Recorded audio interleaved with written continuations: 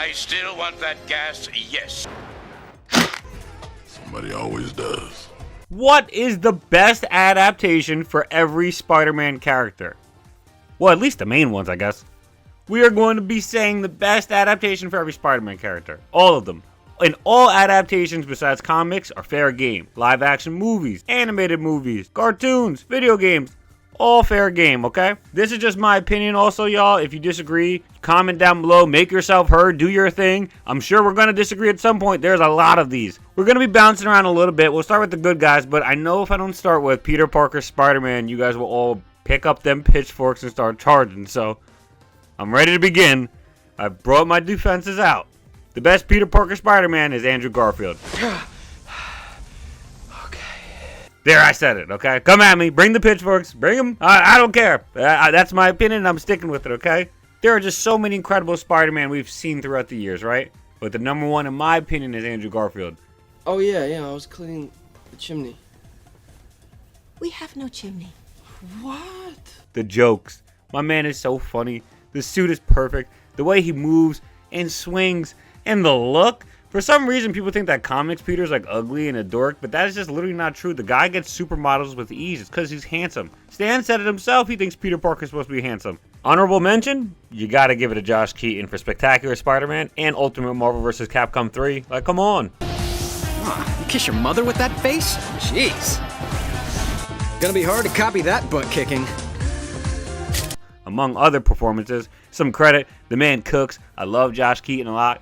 Spectacular Spider-Man is up there with one of the greatest Spider-Man TV shows ever made, and it's because of Josh Keaton. Can I come in this way, or do I have to break my own window? Yuri Lowenthal is the other honorable mention, because his performance in Insomniac Spider-Man is just impeccable. The Sasuke Ben 10 guru can firmly say that he's one of the premier voices of Spider-Man as well. Not more than it means to me!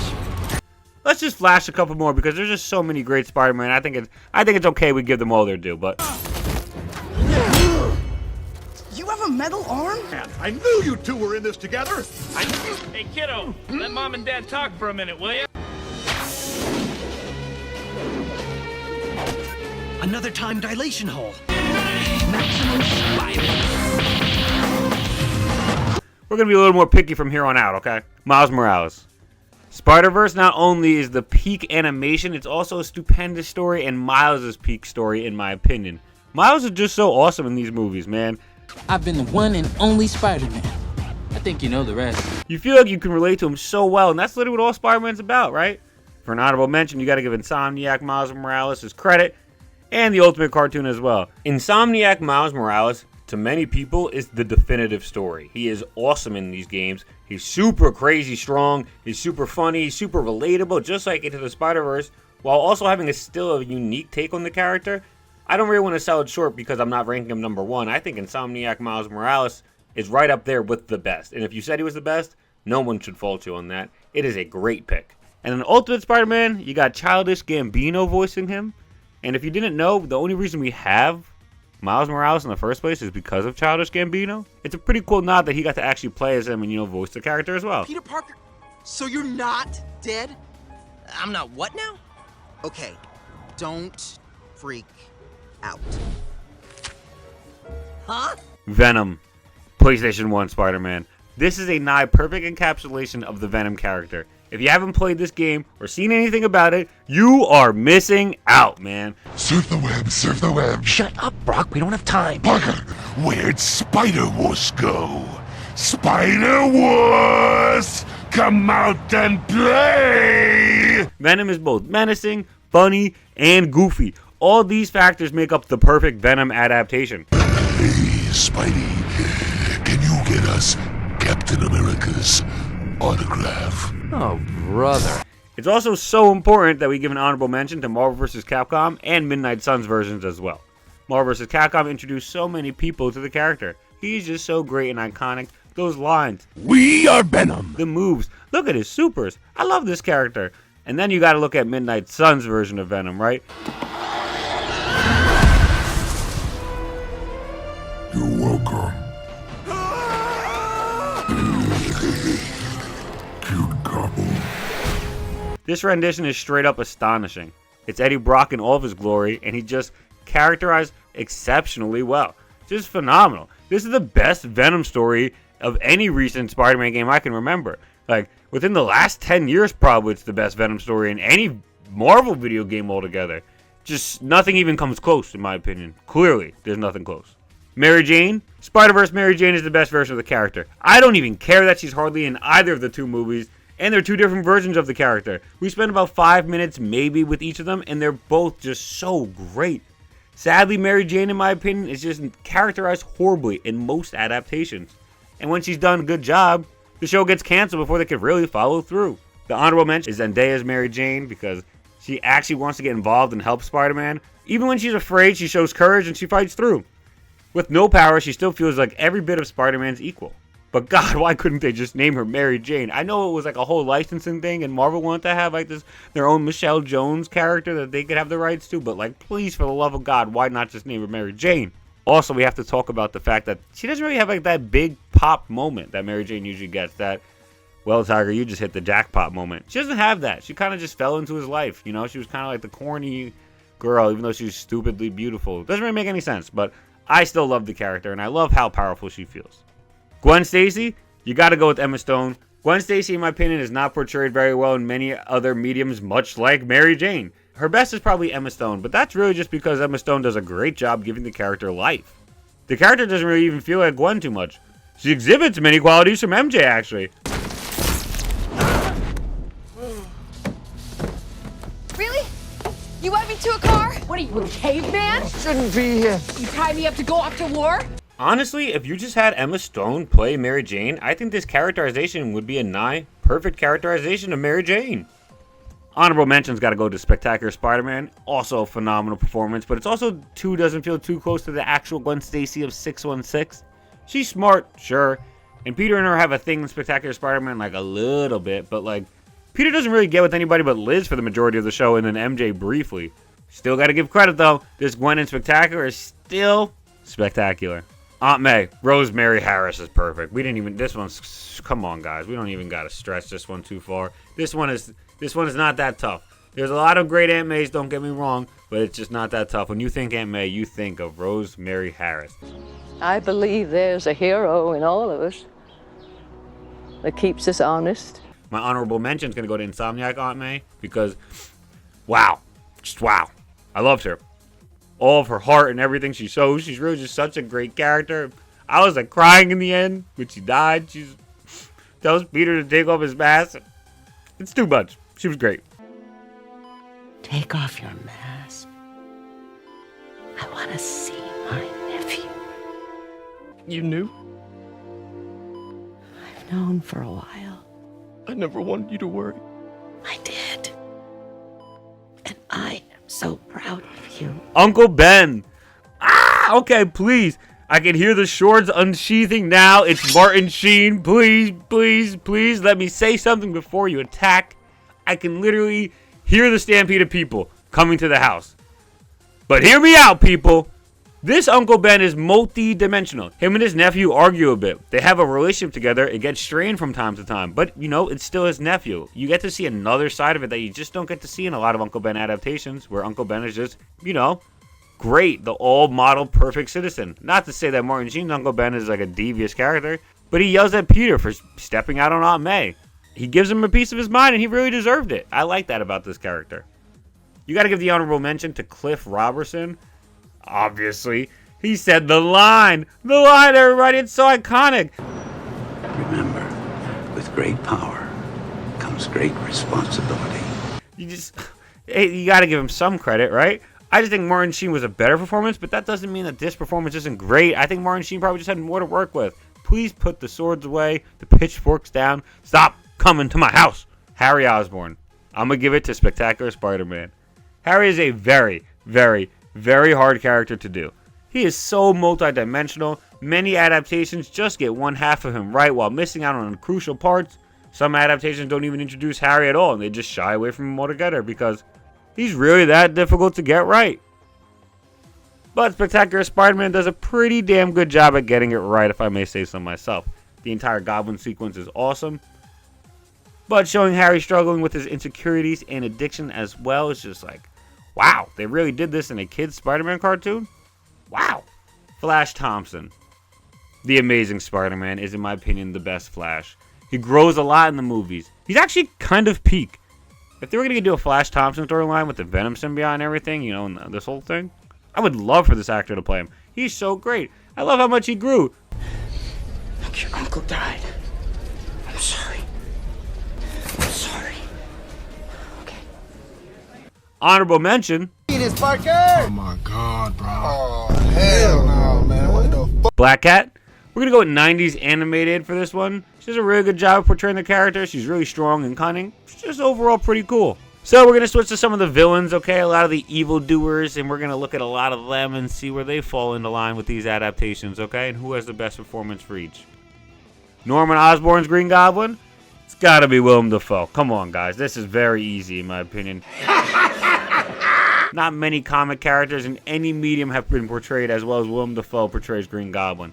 Come on, guys. Like, come on.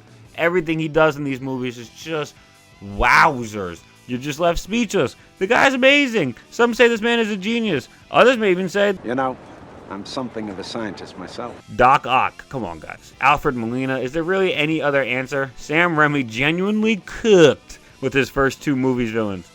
They just embody the characters and exude their auras so well. In both Spider-Man 2 and No Way Home, Alfred Molina bodied that role. He's just incredible. And honorable mentions I gotta give out are 90s and Spectacular. Both of these shows do Doc Ock in totally different lights from each other, but I love both of them, so we're gonna talk about them both. 90s has this amazing design. Look at him, he's beefed up, he's swole. The green and yellow, he looks like he plays for the Packers and he's a linebacker. It's awesome. And then when you look at Spectacular Spider-Man's Doc Ock, the man is like the bigwig behind all of the scenes. He's suckering everybody. It's all great. It's a long con. The Doc, he would totally do that. I love that in Spectacular Spider-Man. Doc Ock in Spectacular Spider-Man was great. Kingpin, the 90s animated. After all this, you still... I still want that gas, yes. And you had better deliver. Ooh, I'm so sorry. We literally had two peak live-action Kingpin performances, but the best is forever the 90s animated. Come on, guys. He's so freaking perfectly Kingpin. Just like reading any comics, it's impossible not hear this man and think of this man. He's peak. The honorable mentions are going to be both the live-action performances we got, because both of the live-action performances we got were very good. They're just hard to beat 90s. With the live-action performances, I'm going to just say Vincent D'Onofrio, stellar, really embodied the role. He's very proud to be Kingpin. He talks about it a lot. I really love that, and I think he's great for it, too. It's hard not to write home about Michael Clark Duncan. The man is just so damn imposing and scary in the role. Not much screen time, but man, is he freaking cool. Hobgoblin? You got to go with the 90s animated. Mark Hamill? Can we talk about Mark Hamill? I don't think this one's tough at all. Hobgoblin is a genuine badass, and no other iteration shows him to be this devious or schemery. Mark Hamill kills this performance. No pick is even close in my opinion. For Carnage, this one, I know you guys might be mad at. I'm gonna just say it. Please don't freak out too much. Shattered Dimensions to me is the best performance. He's both scary and has all the gore that I think Carnage should be shown committing. He's really horrifying as well. His mission gave me nightmares as a kid. Honorable mention is gotta go to the 90s animated. It's so well done for a story that couldn't really, use full violence or action or any of that stuff. But that's also what's lacking and doesn't give it the #1 spot. I would like to see a fair amount of carnage, if you know what I'm saying. Rhino. Rhino suffers from the burden of not having a lot of adaptations outside of the comics give him multiple facets. Rhino was a not-so-smart, small-time crook who got beat by Spider-Man. He was suckered into an experiment that grafted Rhino's skin to him, making him insanely strong and able to fight back against Spider-Man. But how long could that really last for? That's not like a life. That's not like a business, a dream, or an aspiration to beat up Spider-Man. Eventually he gets tired with this. He gets tired with crime altogether. But who's gonna hire a man who's dressed like a freaking rhino, especially with his backstory and history? Nobody. So he has to turn to a life of crime because it feels like there's literally nothing else for him. It's very sad, it's very tragic, and it's like a pretty solid story. And you'll never see it in really any adaptation. It's just big, strong Russian man dressed like a rhino. Sometimes a cyber rhino. I prefer no cyber, so I'm going to go with the 90s Spider-Man because they at least hint at the tragedy at least a little bit. Sandman. You know, Sandman is very similar to Rhino. Like, pretty much the exact same ordeal, except his powers don't really ruin his life nearly as much, and he actually even became an Avenger for a little bit. Spectacular Spider-Man does a solid job at showing the character still wants to turn good a little bit, so I'm going to give it to Spectacular Spider-Man as the best adaptation. I would say Thomas Hayden Church as well as a good adaptation and performance in Spider-Man 3. Very solid, very lovable, very heart-touching. You know, it's moving. I liked him in that.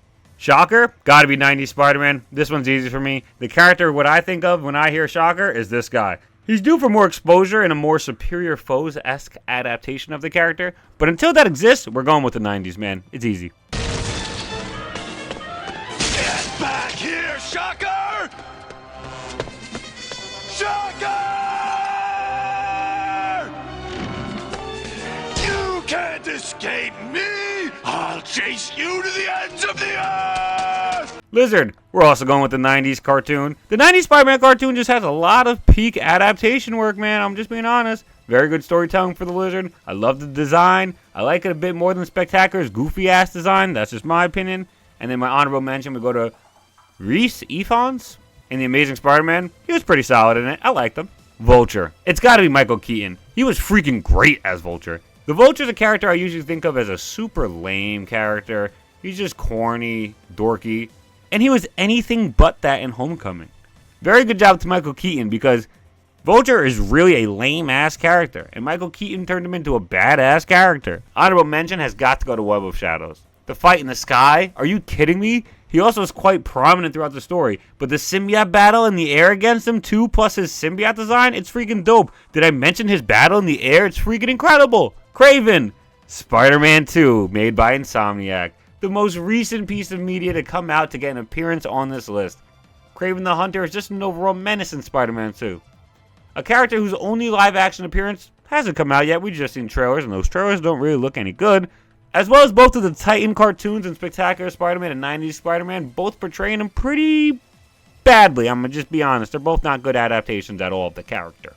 Spectacular makes Kraven into like a half-line thing, which I totally hated. It's just stupid. And the 90s animated doesn't really have like that Spider-Man beef. I need to kill Spider-Man to prove I'm the best hunter. It's more like I took the serum that's making me mad, and now I'm mad, and Spider-Man gets in the way, and now I'm mad at Spider-Man. But then Spider-Man helped cure me, and now me and Spider-Man are buddies. We're going to work together. I don't like that.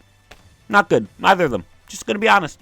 Mysterio, we got Shattered Dimensions, guys. This one is a character I think that doesn't get nearly enough love. You know, a lot of his adaptations, he's just a super cornball. And, you know, in the comics, he's kind of a super cornball. But Shattered Dimensions kind of made him into like a multiversal villain. He starts all this multiversal shenanigans. It's all because of him. So, gotta give him some respect. And then Jake Gyllenhaal is an honorable mention. The dude was super great. He was phenomenal. I think his motivations were flimsy, but like I said, Mysterio's motivations really are never good. He's a flimsy, corny character. That's what makes him cool. It's all the animations and stuff. And let me tell you, he had such dope animations and like mirror work and like all this mirage work in freaking Far From Home. I loved it. Electro.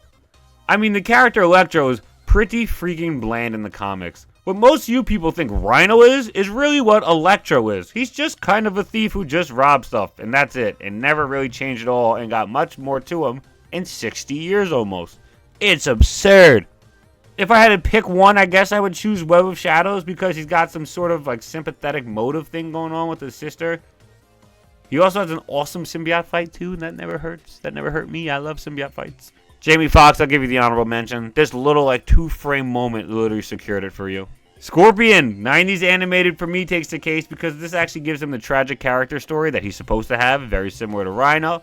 Last but most certainly not least, this one's easily the toughest, the hardest. I just can't put my finger on it. There's just so many great people who reprised this role. Who is the best? J. Jonah Jameson, everybody! Obviously, I'm joking. J.K. Simmons, J. Jonah Jameson, is the most recognizable Spider-Man character, period. Across, like, so many different universes, he's still J. Jonah Jameson. And, like, even The Simpsons, he's J. Jonah Jameson. Huh? Genius. Pay him nothing and run it on the cover. What the heck? This guy is like a nexus of Venom, J. Jonah Jamesons. J.K. Simmons takes the cake. We're not even going to think about this one.